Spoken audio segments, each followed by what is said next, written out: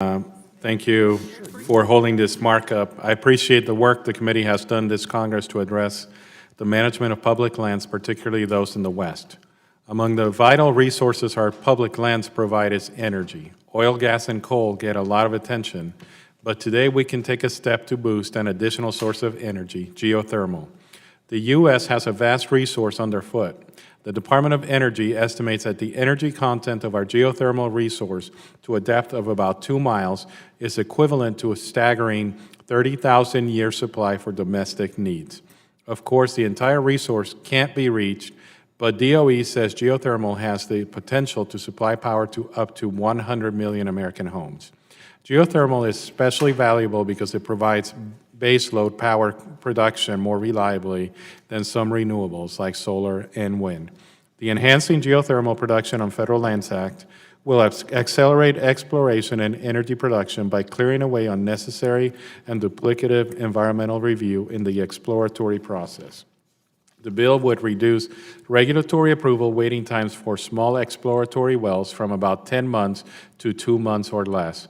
Test holes less than 9 inches in diameter would be granted a categorical exclusion under NEPA. Similar provisions already exist for oil and gas.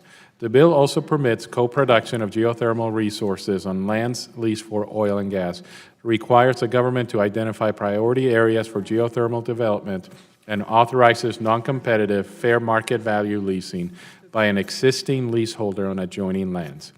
In Idaho, the resource is ample. Our state capital is heated by geothermal energy, as are many office buildings and homes in Boise.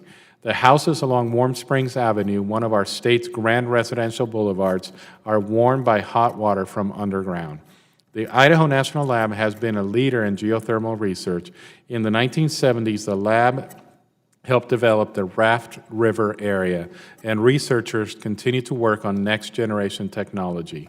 While Idaho has been a leader, it is far from alone. Geothermal is widespread across the West. 90% of the viable U.S. geothermal resources exist on federal lands.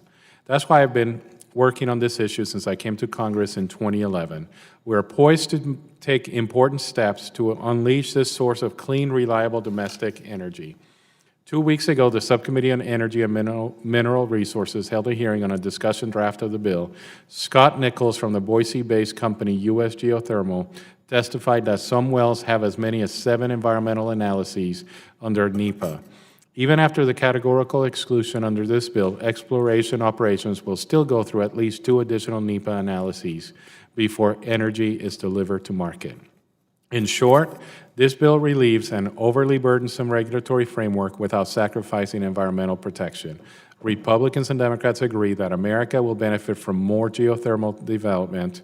Provisions in this bill have received bipartisan support in the past.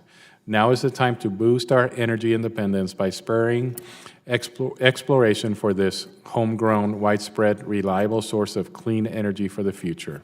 I urge my colleagues to support this bill. Again, thank you for holding this markup, and I yield back.